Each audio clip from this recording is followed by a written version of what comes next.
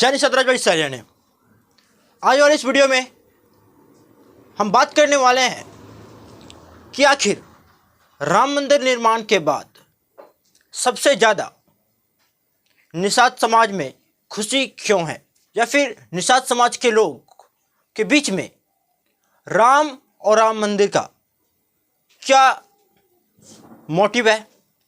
उनके अंदर, निषाद वंश के अंदर, पूरे निषाद समाज के मन के अंदर राम के लिए और राम मंदिर के लिए क्या बातें हैं।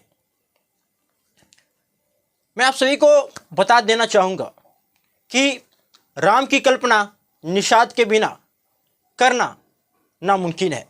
उसी प्रकार से निषाद की कल्पना राम के बिना भी नहीं किया जा सकता है। एक सिक्के के दो पहलू हम कह सकते हैं राम और निषाद को।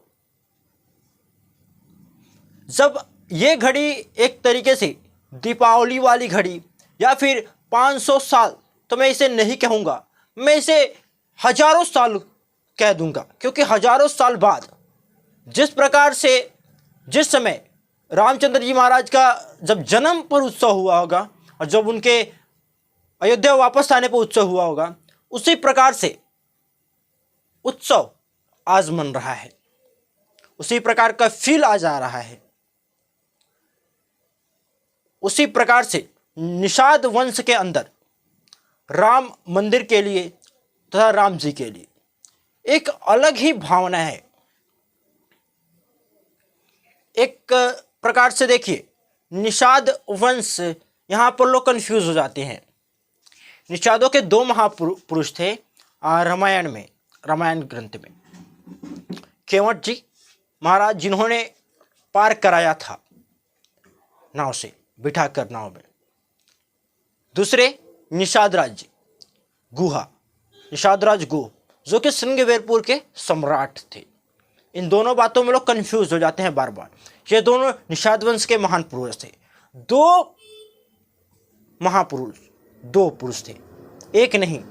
तो इन दोनों में लोग कंफ्यूज बार बार रहते हैं। आज हमारे केवट निषाद समाज के लोगों के द्वारा फ्री में यात्रा कराने का निर्णय लिया गया। वह भी कहीं ना कहीं राम के प्रति उनका जो भक्ति है, राम के प्रति लगाव है, जो प्राचीन संबंध है, वह दर्शाता है।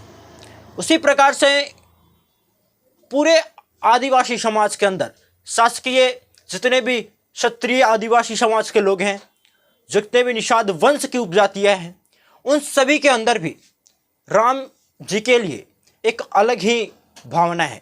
परंतु देखने वाली ये बात है कि कुछ लोगों की भावना बौद्ध धर्म के प्रति बढ़ रही है, कुछ लोगों की भावना ईसाइयों के प्रति बढ़ रही है। अब ये गलती उन लोगों की नहीं है, ये गलती खुद सनातन धर्म के हमारे निषाद वंश के लोग, या फिर जितने भी हमारे निषाद वंश के उपजाति आदिवासी समाज के लोग हैं, उनकी गलती है। देखो, बहुत सारे जगहों पर जब सनातन धर्म के धर्म ग्रंथ बाद में मॉडिफाई करके लिखे गए, उसमें बहुत सारी चेंजेस आ गई। मुगलों के काल में लिखे गए जो बाद में मॉडिफाई करके लिखे गए, उसमें उस समय की जाति व्यवस्था के अनुसार बातें लिख दी गई, जिसमें बहुत सारे ऐसे समाज जो कि जिनका स्वाभिमान बहुत ही ज़्यादा और जिनका मान सम्मान बहुत ही ज़्यादा था सनातन में, उन्हें भी कहीं ना कहीं नीच दर्जा दे दिया गया, शूद्र कैटेगरी में रख दिया गया। यह बाद में मॉडिफाई ग्रंथों के हिसाब से मैं बोल रहा हूँ। और मैं बोलना चाहूँगा आप सभी को, निषाद समाज के लोग भी, अगर किसी मॉडिफाई ग्रंथ में निषाद समाज को शूद्र लिख भी दिया गया है, तब इसका मतलब ये नहीं कि उसे मानेंगे। मॉडिफाई ग्रंथों को हम नहीं मानेंगे और मॉडिफाई ग्रंथ के अनुसार भी हम नहीं चलेंगे। सनातन धर्म किसी के बाप का नहीं है, सनातन धर्म सभी हिंदुओं का है। जितने भी छोटे से छोटे और बड़े से बड़े समाज के लोग हैं, सबका है। इसमें कोई ये नहीं बताया गया कि तुम क्या हो और तुम क्या नहीं हो। इस बात को आपको समझना पड़ेगा। सनातन पर से अपना जो पकड़ है, वे छोटे समाज के लोग, दलित आदिवासी समाज के लोगों ने उस पर पकड़ नहीं बनाया, उस पकड़ को ढीला कर दिया, इसलिए उनको दिन प्रतिदिन कम करते गया। जो भी सनातन के पक्षधर थे उस टाइम के बड़े बड़े महामंडलेश्वर और प्रख्यात पंडित, उस पर एक तरीके से कब्जा कर लिया। और जैसे जैसे वे लोग सनातन से दूर हुए, उनके अंदर उसका ज्ञान, सनातन का धर्म ग्रंथों का ज्ञान, उससे संबंधित बातें वे जानना छोड़ दी। और एक वक्त ऐसा आया कि सनातन और हिंदू धर्म क्या है उससे भी इनको अब कुछ मतलब नहीं है। ये सभी नाकामियां हैं दूसरों की नहीं, उन हिंदुओं की ही जो कि जानना नहीं चाहते हैं।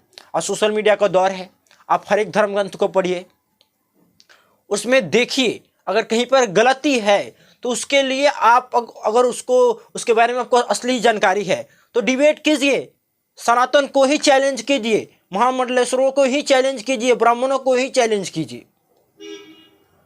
ये कार्य कीजिए, ये कार्य मत कीजिए कि आप सनातन को छोड़कर किसी और धर्म को अपना लेंगे। कोई और धर्म तो है भी नहीं। इसलिए चैलेंज कीजिए, डिबेट कीजिए, और हाँ, अपने इतिहास पर गर्व कीजिए, अपने इतिहास को बनाइए। हिस्ट्री रोज बनता है, अभी भी आप बना सकते हैं। तो इस वीडियो को ज़्यादा से ज़्यादा उन लोगों के पास शेयर कीजिएगा जिनके अंदर ये मानसिकता है। और जो भी हमारे राम प्रिय निषाद समाज के लोग हैं, निषाद वंश के लोग हैं, उन सभी से कह देना चाहूँगा कि जब राम राज्य की स्थापना हो रही है तो निषाद राज्य की भी स्थापना हो रही है, ये आप लेकर चले। ये वीडियो कैसा लगा कमेंट सेक्शन में जरूर लिखिएगा। और ऐसी निषाद समाज से संबंधित हर एक प्रकार की वीडियोज़ के लिए इस चैनल को जो सब्सक्राइब कर लीजिएगा। धन्यवाद। जय निषाद राज।